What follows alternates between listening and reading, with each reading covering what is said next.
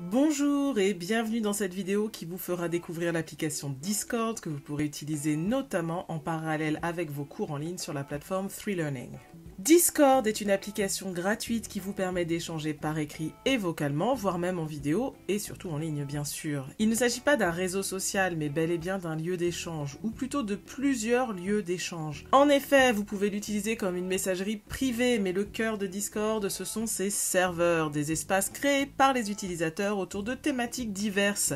Les jeux vidéo en tête à la base mais il y a désormais des serveurs dédiés au travail, à la lecture, à la cuisine, à l'écriture et bien sûr à l'apprentissage des langues. Dans ce contexte et notamment parce que c'est un outil accessible gratuitement pour tous, j'ai moi-même ouvert un serveur en lien avec les cours que je dispense, à savoir le français, l'anglais et le japonais. Le serveur est ouvert à tous, même si bien sûr les inscrits de 3Stories et 3Learning auront accès à des espaces réservés. En fait, un serveur c'est un peu comme un forum ou un espace virtuel qu'on peut diviser en diverses salles ou salons, mais avec l'instantanéité d'un chat et c'est pour ça qu'il est tant apprécié je pense. Pour utiliser Discord, vous avez plusieurs options. En cliquant sur le lien dans la description, par exemple, vous vous dirigerez vers le serveur 3Stories où je vous accueillerai bien sûr avec plaisir.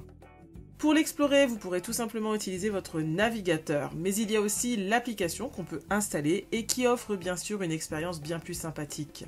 Disponible sur à peu près tout, car c'est un logiciel de geek à la base après tout, elle pourra s'installer sur la plupart des appareils, qu'il s'agisse d'ordinateurs, de tablettes ou de téléphones, avec la plupart des systèmes d'exploitation, Linux y compris, et dans de nombreuses langues, dont le français bien sûr.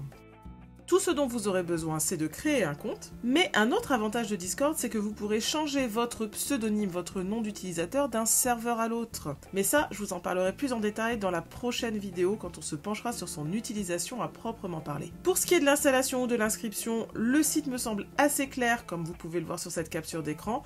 Donc je vous laisse suivre les étapes. J'espère que cette vidéo vous a permis d'y voir plus clair, de comprendre ou de commencer à comprendre ce qu'est Discord si vous ne connaissiez pas. La prochaine fois, nous verrons comment rejoindre des serveurs. À bientôt et formez-vous bien!